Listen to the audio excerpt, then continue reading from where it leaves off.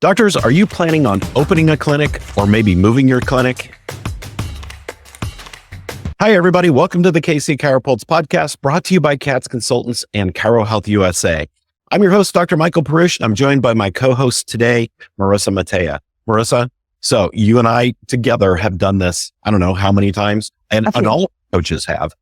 Yeah. We've opened practices, we've moved practices, and there's some tricks to it because you can really foul up your business, whether you're opening or moving, if you don't do it correctly. So I thought we'd talk today about just some tips and tricks about opening or moving your practice and what that entails. Sure. Yeah, absolutely. I think first and foremost is defining your practice. So if you're brand new or if you're moving, what are the new things that will be in the practice, or what will you be doing if it's brand new that people need to know about? So really defining what your services look like, making sure that the layout and the space that you're trying to find will accommodate those things. And your target market. If you want to have a pediatric practice, you probably don't want to move to the villages in Florida where it's all retired people. You know, so you really have to think about that. So look at your demographics, look at your, I love the idea of what's the flow going to look like in your practice? Is it set up to create bottlenecks, or is it set up to potentially see a high volume of patients if you grow really big? Yeah, I think that's huge. Planning for the long term. So do you have a layout that allows for multiple adjusting tables, multiple places for therapies? I'll go back to our first clinic, and the space that we had available to us was very small to start with. And you'd be amazed at all the different surfaces that we had in 1,500 square feet. Like, we were able to create new spaces. Now, Dr. Perusich lost his office very quickly because that became the rehab room, but planning ahead, I think, is super important to make sure that you're not just going by what you're going to do with day one. So it's more, what are you going to do in a year or two? What will you be able to accomplish? So planning for extra rooms for therapies or rehab or whatever you plan to bring into your practice, I think is important. Yeah. And I think you have to build if you're starting a new practice, I think you have to design it to match up with what are your goals in your business plan. So your business plan should be projecting, and this is the fun part of putting a business plan together. Your business plan is projecting where you're going to be in 5 and 10 years. Yeah. You don't think about, okay, here's what my practice is going to be the first week it's open, and that's how I'm going to build my building, my space. You got to think, what's it potentially, or you're hoping it's going to look like in 10 years. Yeah. And you brought up our little bitty tiny clinic. This is interesting. When you put a clinic together, you want to try to keep it as open as possible. Don't chop it up too much, because here's what happens. As you grow, if you have open space, you can move things around. Yeah. You cordon things off with partitions, with curtains, those kind of things. Those hospital curtains, we had those in our practice. Yeah. And you can move things around. And like you said, you can create space. There wasn't initially space. Exactly. And it helps you manage that space a little bit longer. We eventually had to move, but. Yeah. And I think it's so important, even if you're a single practitioner and you want just a very small space to start with, I think that's great. Maybe you have just one open room or you have whatever, but just be thinking long term is all that I can say on that. Is just make sure that you know that you're not signing a really extensive long lease if that space for long term isn't your ultimate goal. Right. You're better off to do as short a term a lease as possible, but have options built in if you want to stay there. And so what's an option? Let's say you have a 3-year lease. Maybe you have 2 additional 3-year options after that. And you can oftentimes pre-negotiate that price in those next options up front, and usually get yourself a better deal than you would negotiating price after 3 years are up. Sure. So yeah, I think those are some of the most important things. I would add to that is location. Yeah. Does location matter? So I want you to hold that thought for a minute, because sounds good. We have to take a break and hear a word from our sponsors. But this is an interesting conversation, everybody. So be sure you come back to me, and we'll be right back. In today's economy, every dollar counts. Families are facing tough choices, having to reconsider what was once essential to them. But when it comes to healthcare, no one should have to compromise on their well-being because of financial constraints. That's where ChiroHealth USA steps in, the solution for your practice. We understand the financial pressures families are under, whether they're insured, on Medicare, or paying out of pocket for treatment. By offering discounts on care, you can ensure that your patients can still afford the treatment they need. At ChiroHealth USA, we're committed to making sure no family has to sacrifice their health due to financial hardship. We'll work with you to create a game plan that keeps your waiting room full and your practice thriving. And here's the best part. Offering affordable care not only benefits your patients, but also positively impacts your bottom line. So why wait?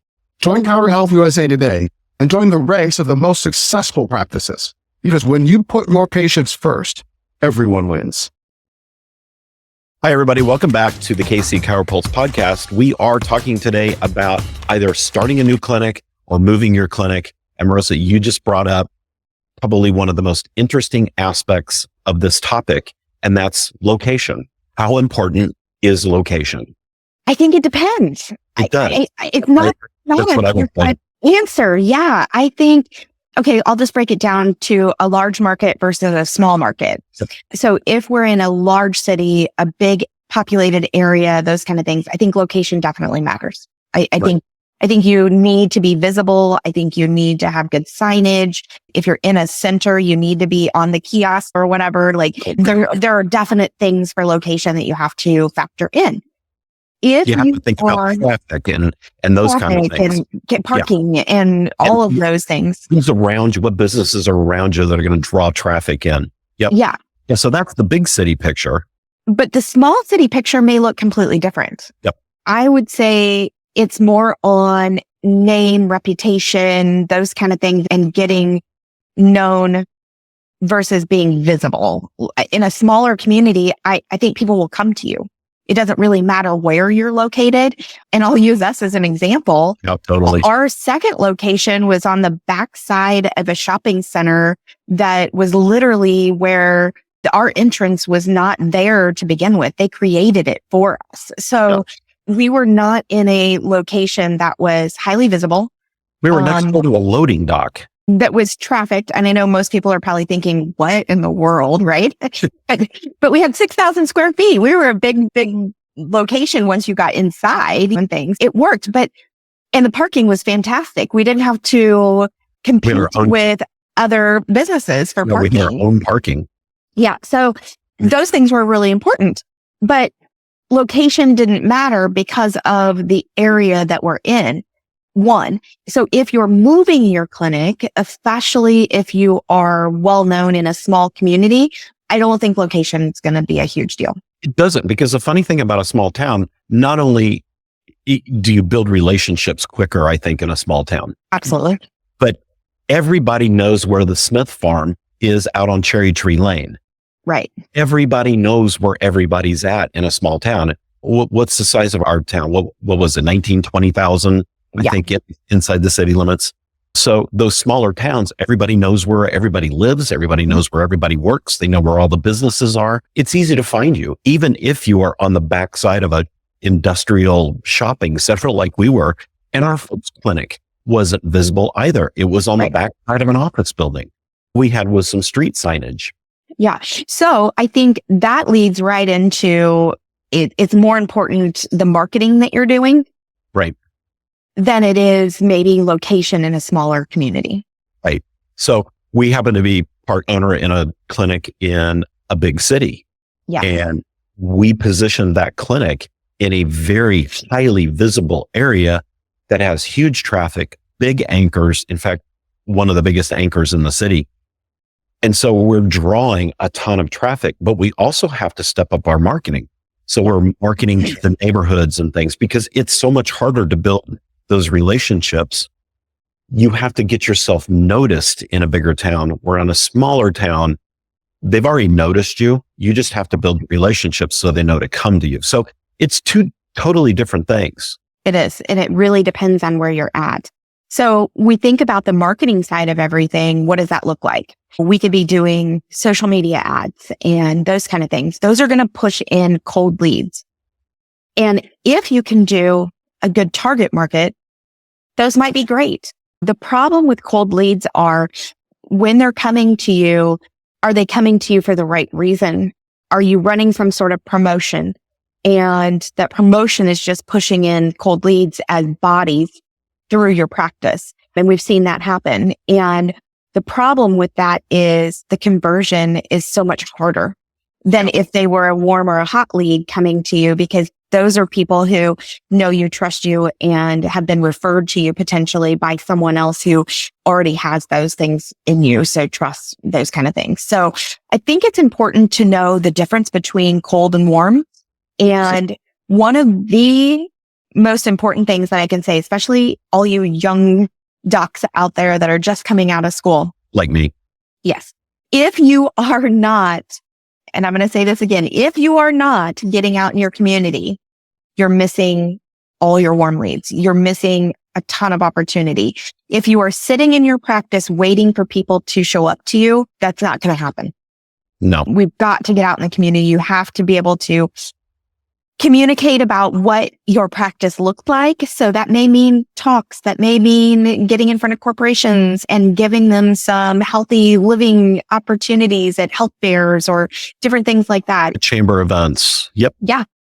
You all know, of those things matter. Going to all the civic clubs, whether it's Kiwanis or Optimus or whoever, and meeting people. You've got to get yourself out. So just because you have the degree, and I know sometimes they say this in school when you graduate, now that you've got your degree, go hang your shingle and everybody will flock to your door.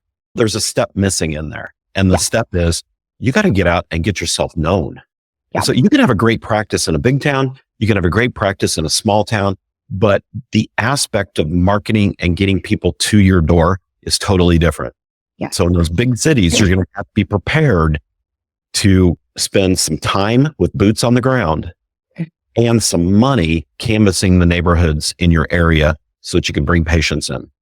And another great tool out there are lead management systems. They're called CRMs. Customer relationship management systems are fantastic.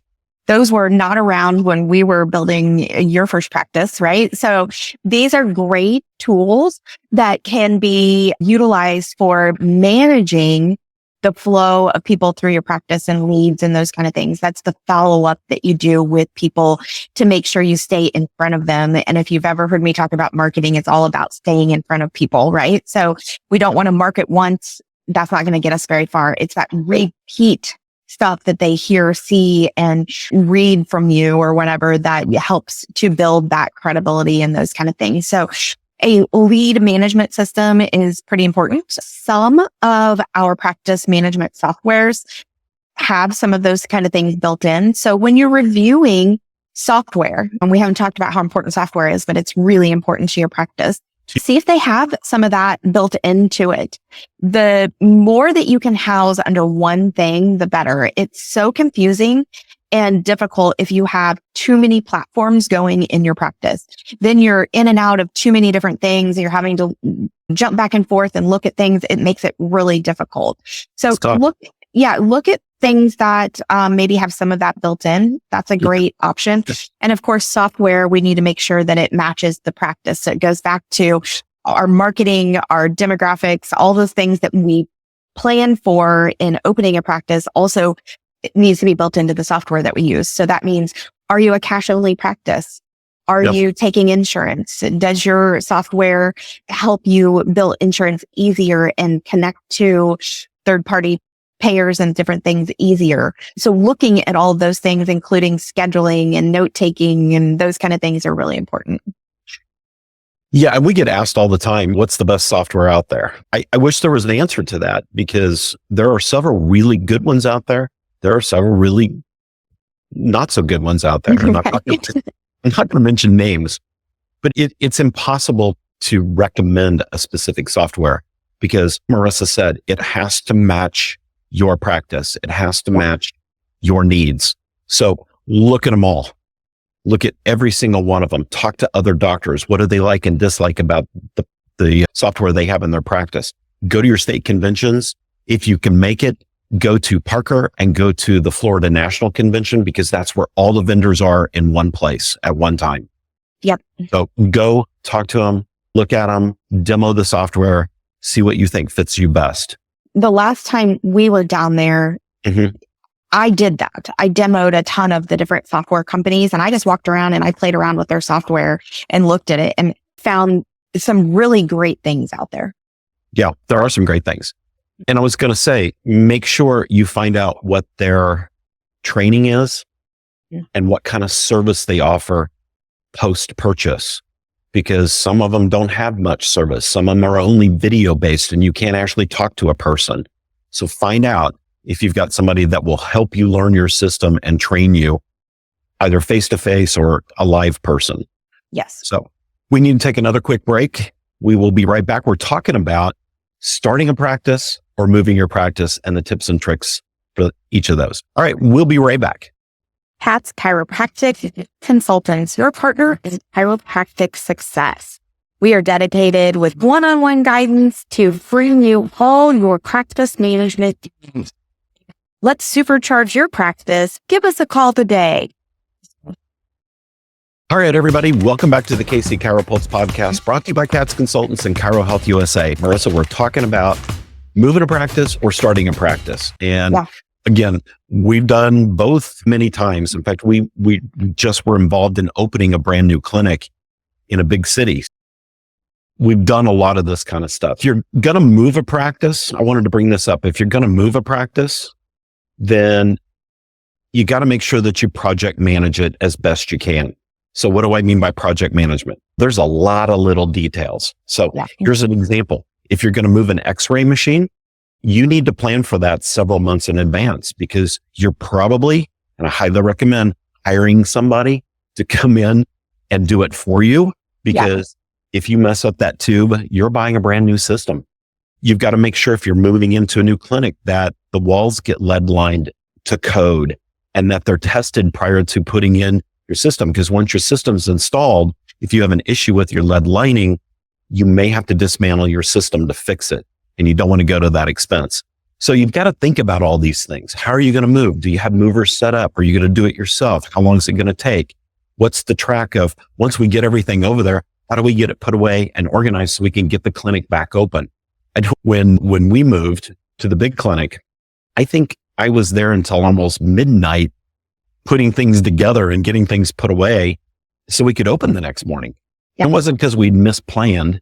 It's just, there's a lot to do, and it's always a lot more than you think it's going to be.